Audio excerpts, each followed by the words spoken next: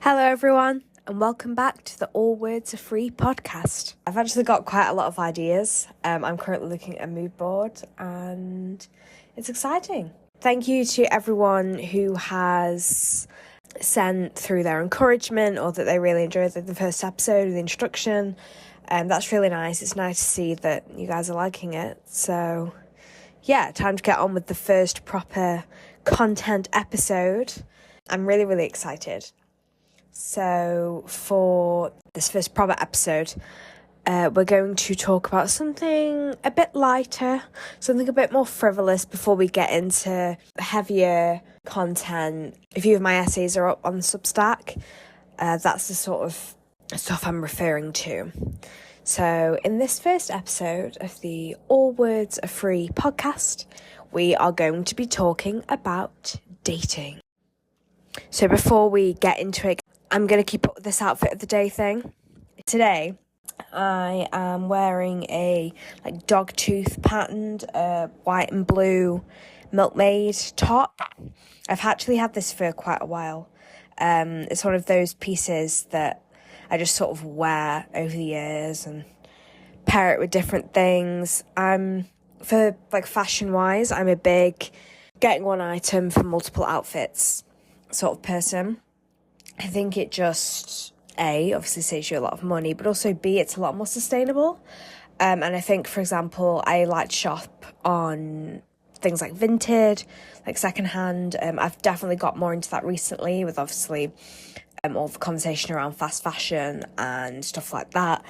And I've got a lot more into buying secondhand, looking at maybe altering things I've already got, or if I'm not wearing something anymore, I can either sell it to make a bit of money back, that's great, or just give it to a charity shop, because a lot of people go into charity shops to buy secondhand and avoiding fast fashion, but also, of course, the charity shops are also there to aid people who cannot buy clothes otherwise. So yeah, maybe we'll talk about fast fashion one day in a proper full-length episode, that's the theme of the episode. But for today, I'm just talking about my top that I'm wearing.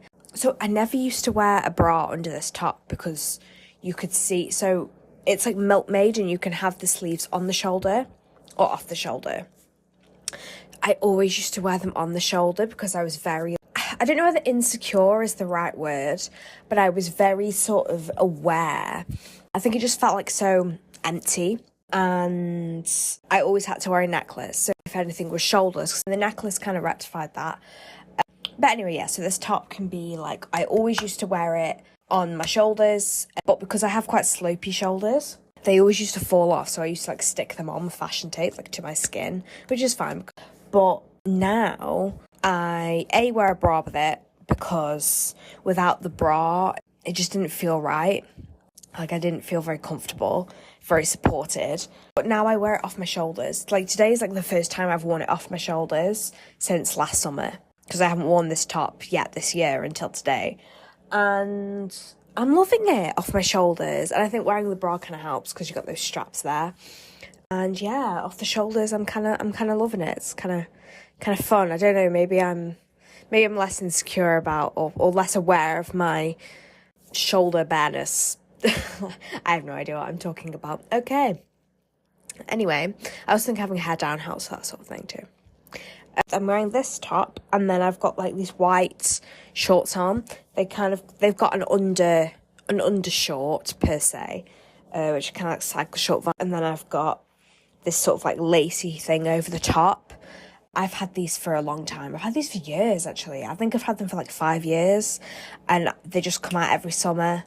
And I just wear them over and over again. I don't own that many pairs of shorts, so it's kind of I just wear the same ones again and again. But things like these shorts, they're white, denim shorts, blue denim, just goes with so many different things, and that's what I like mixing and matching stuff to get that sort of perfect outfit. And then I'm just wearing white sneakers, platform, because I need a boost. I'm only 5'2" and a bit. I'm basically 5'3". I'm literally 3 of an inch off, so I might as well say 5'3". Okay, anyway, this is not the topic of conversation. So today we're going to be talking about dating. So particularly in the sort of last month or so, I've been getting more into like the dating scene, getting more into like wanting to find a boyfriend or a partner.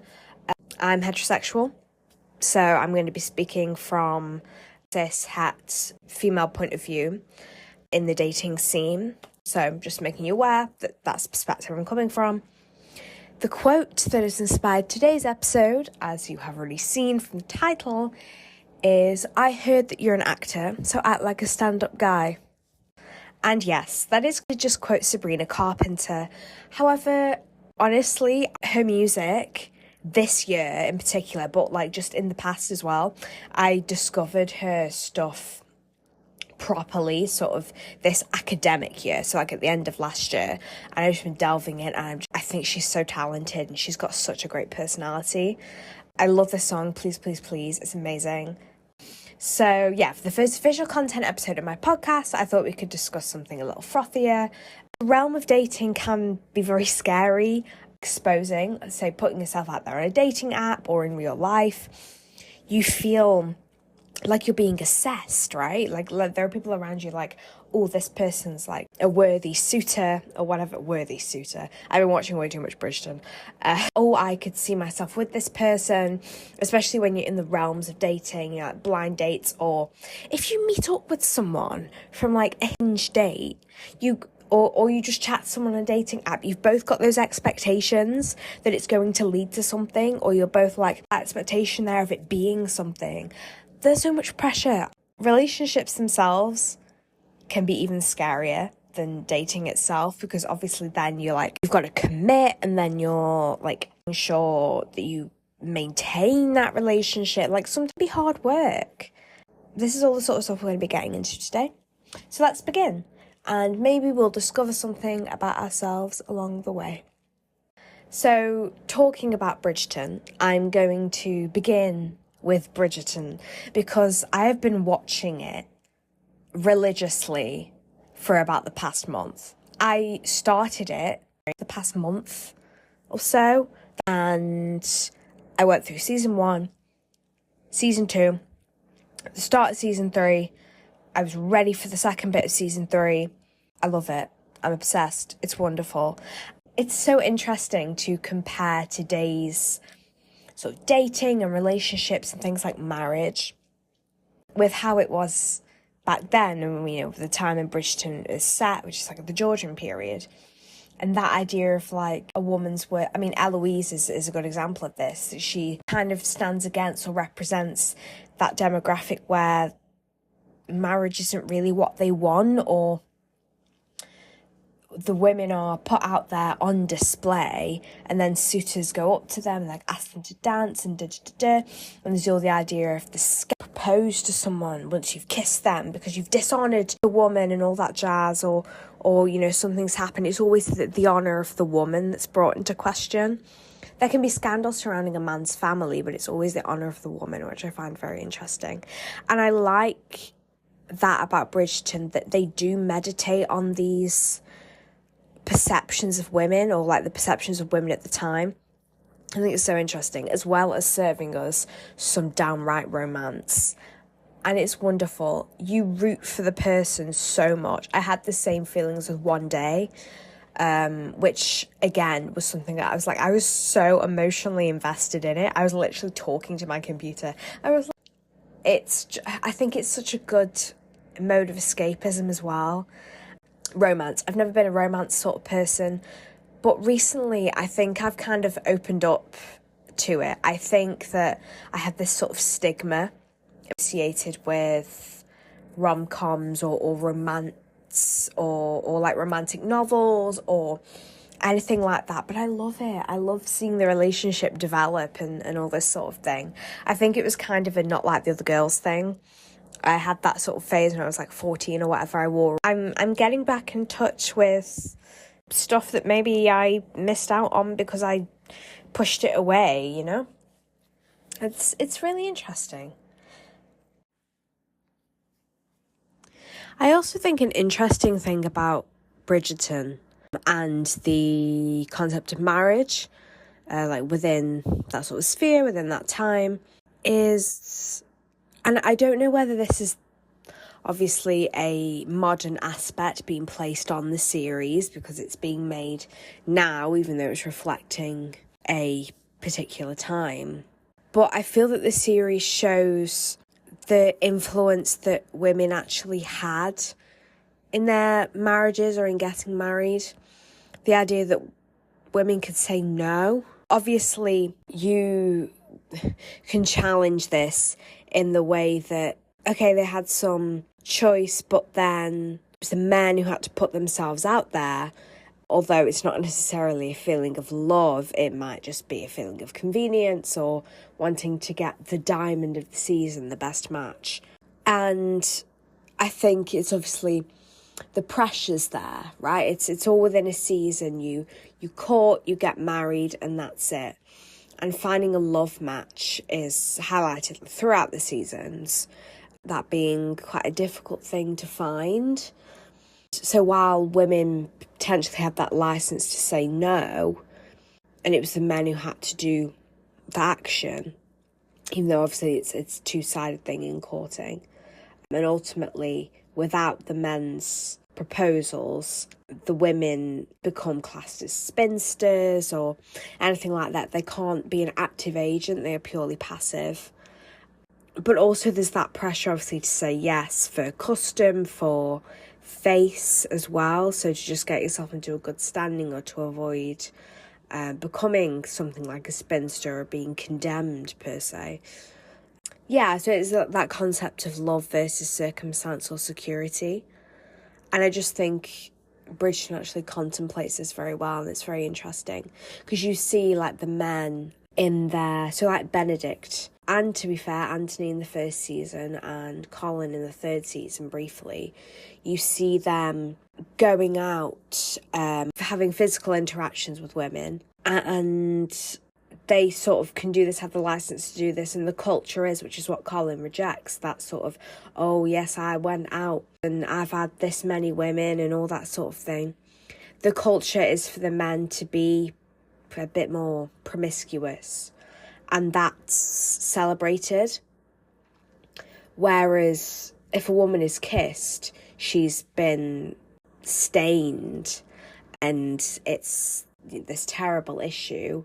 Women don't have the freedoms that men do to sort of express those feelings.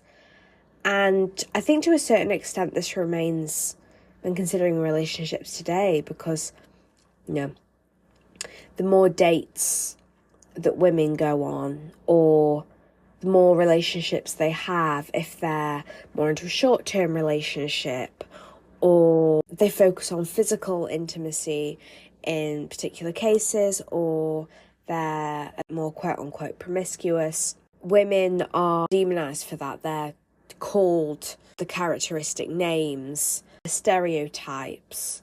It's interesting how those gender expectations have transcended time. So to continue on this theme of like romantic media and the idea of courting and dating portrayed within the media and relationships portrayed within the media, I've recently read a play called Man Watching. So read is obviously, reading a play, it's not how it was meant to be taken in by the audience or the spectator, but I read it all the same. My friend lent it to me. And the concept behind Man Watching is that a unrehearsed man, at first it was comedians, but this could be anyone, it was recently put on at the university with students. An unrehearsed man reads the words of the anonymous woman writer. And it was great. I genuinely read it in one sitting because it's only about a 50-minute play, or if that. But it was so wonderful because the sort of things she was discussing, and it's that idea of things that women can never talk about openly. And it was interesting to consider what the man's reactions might be. And it made me laugh as well, which is always a good thing, is always nice. But one of the things it brings up is the concept of being in a relationship. The idea of am I actually attracted to this person? Am I crushing on this person? Or is it just because I think they like me? And I have been in this situation too many times, like more times than I'd like to admit. The idea of like, oh, I'm attracted to this person, or like, oh, I've got a bit of a crush on them because like, oh, I saw them looking at me in like this time, and then I start having feelings for them when they probably didn't even have any feelings to begin with, which I think is so interesting. And then there's also obviously that idea of like, missing out on other people or missing out on potential relationships because you're distracted by these thoughts, or you don't consider somebody at the time and then later it's afterwards that you realise that maybe that could have been something. Or I just think it's so interesting. And I also enjoyed the fact that somebody else did the same thing, that it's not just me. I felt like it was always just, well, not always just me, but like I felt like it was such a me thing, and I kept doing it where I thought that somebody liked me and therefore I would start like, imagining myself with them. Honestly, it's just, I don't know whether it's like a craving for a relationship. It's that idea of having to be in a relationship or being wanted. You're constantly looking for somebody to be in a relationship with. And so when you're constantly looking for somebody, you see things in completely innocent actions. And I think maybe that's why I felt the way I did. I also feel like maybe I saw a lot of people around me coupling up and getting attention, and I just kind of wanted a bit of that myself, especially, you know, I've had this thing since I was little in like primary school, and whether there's an element of like almost misplaced hope there, that maybe I liked them first, or I saw them as an eligible bachelor. Honestly, the number of times I found out somebody is single and I'm like, right, they're the one. It's like, no, okay, pause the program. Okay, not every time, I mean, that's ridiculous. I don't have that many crushes, I'm not, but yeah, I don't know, it's just an interesting concept, the idea that like, oh, if somebody's potentially single and I saw them looking across the room at me, that means that I'm the one for that. I don't know. I didn't necessarily think of it as those extremes terms, but please just somebody tell me that they also feel like this, wanting to be in a relationship, so you see things where they're not. It's interesting because when considering relationships themselves, I never had a serious relationship or like a serious boyfriend or anything until I came to university. If I had a crush on somebody, I would never say anything. I just did not have the confidence to at all. And I only started acting on these thoughts at uni. It got me 2 rejections, but I'm still here and thriving, and it's honestly so much more worth it than you'd think. Because I think once you've said to somebody, do you want to go for a coffee or whatever, if they say no, or they're nice enough and they let you down gently, or they're with somebody, or they say no, what's the worst that's going to happen? You'll know then, at least. I'd rather know and then be able to move on. It gave me that license to sort of stop thinking about them and be like, oh, well, that's done then, that's fine.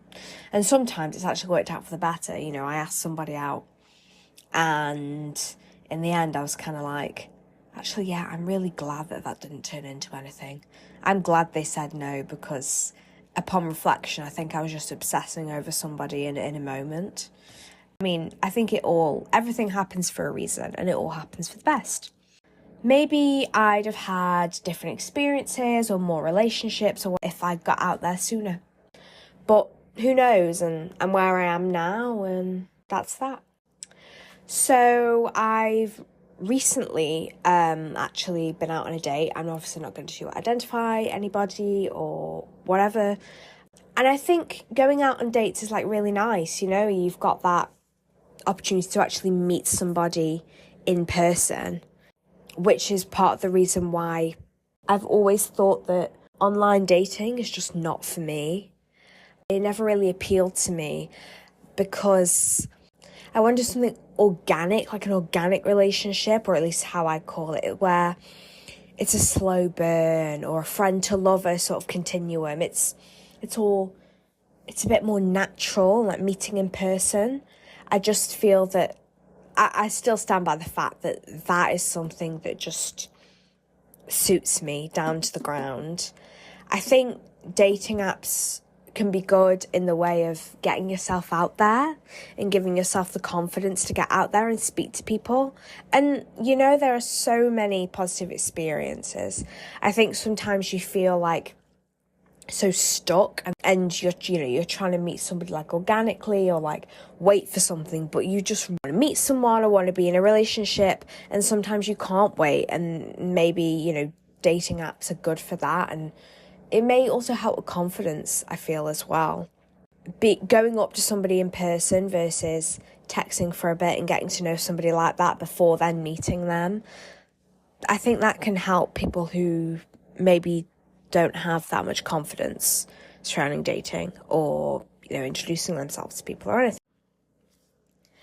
Another interesting layer to dating or relationships, the idea of when you've just gone through a breakup, sort of feelings or situation where when you've just gone through a breakup, you feel that sort of yearning for connection, that yearning for someone, like a relationship with somebody, whether that's physical or emotional or both. Sometimes that actually works out for people, and sometimes they actually do start a new relationship and it works really well and turns into a long-term thing. Sometimes it's the other way, and sometimes it's the other end of the spectrum, and sometimes people don't go into anything straight away. They have a few crushes, and then over time things change and they might go on to meet other people and things like that.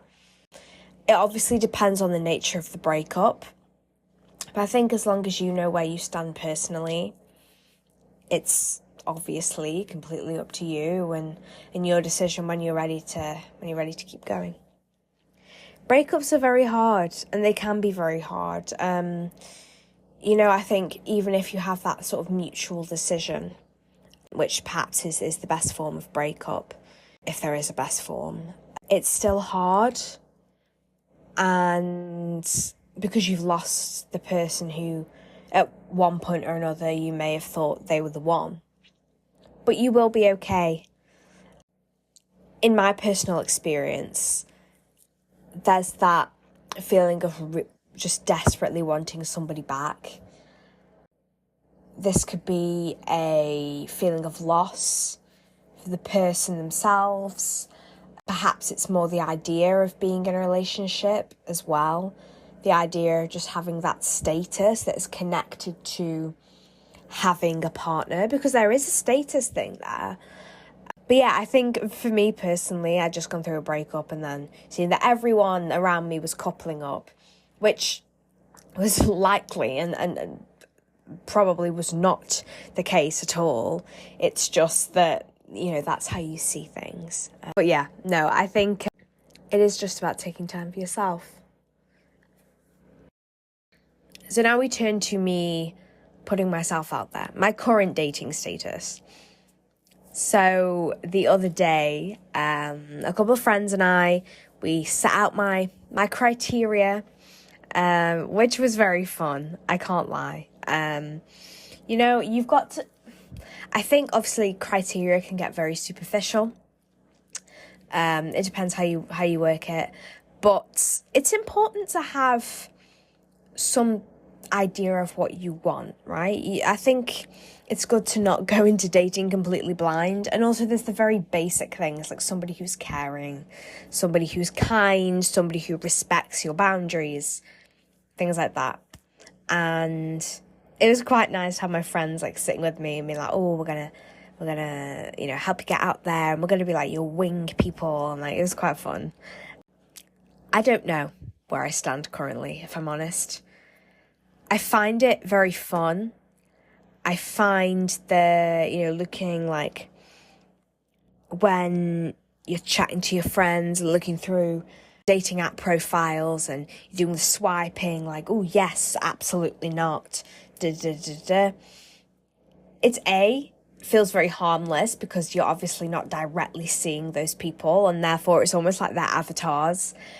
Even though you know they're people who are actually there on the other end, they're never going to see if you press no. And there's just like loads and loads of people, so you don't really consider that they're in a similar position to you, sort of thing. But also for me, the desire to be in a relationship, I think is charged with the fact that other people around me are in relationships, and the idea of the concept of growing attached to somebody and the relationship and having somebody there and all being very nice and very lovely, and the sort of courting side is kind of the thrill of those early stages is kind of what I'm thinking about at the moment. But when I really think about it, the idea of actually being in a relationship, while I think that is wonderful when you find the one and the right one, I can't help but have this feeling of, I don't know whether I'm ready for that. It's all about the chase, and that's so problematic. I'd love a steady relationship. I really would. But I guess I don't think I'm experienced enough to know what that feels like yet. So I'm just a little uncertain about going into things. And I think there's also a fear of, which I think that potentially this is there for everyone, but there's a fear of having to go through a breakup again. And the intent, the remorse that I felt, the sort of grief that I had at the loss of relationship and that person from that position in their lives, even if it's mutual, even if you still agree to be friends, all that sort of thing. I don't want to feel that again. And I'm very aware of the fact that I'm going into dating with the mindset of this is the person and this is going to work. And I think I need to try and take the pressure off slightly, because that's not fair to put that pressure on somebody else. And I stand by that in all cases. It's not fair to put that pressure on somebody else. It's so hard to not invest everything in one person. It really is. Especially if you've been with somebody for longer and longer and longer. You sort of get to the point where it's like, okay, this is it. And then if things start going wrong, you start to ignore that, because you're so attached to the idea of being with that person. That is your person. It's so difficult. Our past experiences definitely shape our outlook for future relationships. And I think that's ultimately something that you have to work through together with your partner or partners.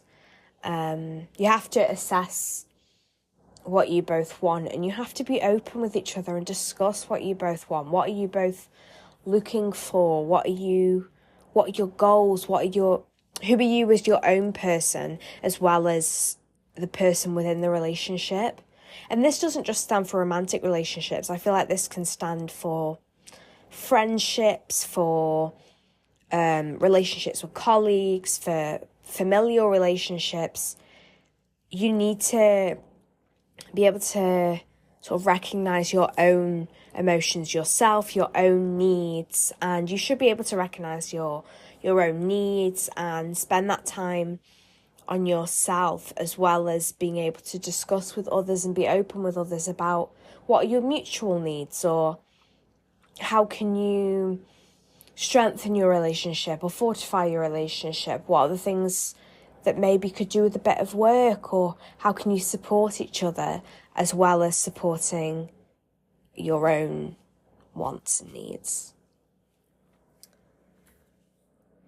So we're always told through media, through a variety of different things, I've already mentioned this, that we're aiming for the one true love. I think that's a really magical thing, and honestly, it must feel beautiful to finally find the one, sort of thing. I mean, I don't know, can you ever be 100% sure that they are the one forever? I don't know, but maybe that's me being cynical. I wonder whether that pressure is fair. particularly for those socialised as female, because I think that there's that pressure of finding the one person. I don't honestly know if I want to chase that right now. I think that I'm content on my own. After going on the date that I mentioned earlier, I didn't feel like that was something I was ready to invest in. The concept of marriage is beautiful, and I do hope to get married one day, I think. It's not an absolute necessity for me, but it will be nice. I have this hope to be married one day. I don't know how I feel about having children. I used to be a big yes, 100% I do want children. But now I'm a sort of tentative yes or a maybe. I'm definitely not ready yet. And things like Hinge, the dating app, it's very yin and yang. Some people know they want a family and have always known they want a family, and that is wonderful. You know the little thing where it says like there's a little pram, it says wants children. That's fine, but others don't, and that's okay too. I think for me, the thing with having children, it's linked to that individuality.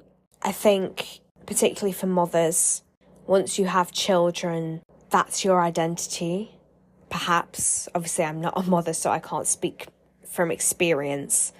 But beyond that, because I'm sure that having a child is also extremely fulfilling, I think with having children, my primary fear is the changes to my body. I think aesthetics is a big part of it. I've always been very aware of how my body looks, and it's not the actually being pregnant that is holding me back, but rather it's the postpartum bodily change. There's obviously the fear there of childbirth, and, you know, some women get tears and things like that. But there's also, once you've given birth, you have those things where you exercise back. For me, it's very heavily linked to concerns about weight and aesthetics. The idea of having muscular definition, you know, the idea of the bounce back body and all of that sort of thing, which is setting up a standard that no women should have to feel like they have to attain, because it's an impeccable and ridiculous amount of pressure to put on anyone who has just given birth to a human. I'm just extremely uncertain of whether I could be okay with the change, because I'm so focused on looking a certain way. And I don't know whether this is a selfish thing, maybe. I'm not sure. But I think it's an important view to share, because I'm sure I can't be the only one who has these fears, particularly in the aesthetic-driven society that we live in. I think apprehensions around sex as well hold me back. This is through experience and things, but ultimately I have this slight disinterest, if I'm not going to lie. And I think that's probably a part and parcel of the dating apprehension as well, and the relationship apprehension. Because sex is a big thing, especially for, especially when you're starting out in relationships. The first time you have sex is terrifying, because nobody knows about... I would challenge anyone who says that they know everything about sex before they've actually done it for the first time, or before they've been in a relationship where it's been a considerable part of it. Because it's one of those things that it's different for different people, it's different with different people, and your earlier experiences particularly shape your view of it. And currently I'm just a little unsure where I stand. This was supposed to be a frivolous first episode. Here we are, getting very deep. I think it's important to be open about these things. Obviously this is episode 1, and I'm getting quite personal, very personal in fact, in sharing these views and my own thoughts. But I think it's important to share these things. Not overshare, But from reading different non-fiction books and from listening to things like YouTube commentaries or reading articles or hearing segments from other podcasts, there are so many people with similar experiences or so many people who express these views or opinions or personal preferences where it makes one think, I can't believe that somebody else thinks the same as I do. I can't believe somebody else has expressed that. I thought I was the only one, or I thought I was strange for thinking that. And I just hope that by listening, after all of this rumination and thought and analysis of what a modern relationship is deemed to be, I can't help feeling an overwhelming sense of optimism. I think that the world finds a way, and when it's love, you'll know. Thank you guys so much for listening. I really appreciate it, and please let me know what you think, or don't. But if you're liking my podcast, I would be really grateful if you could share it around, let your friends know. Thank you so much for listening, and take care, and let's keep talking.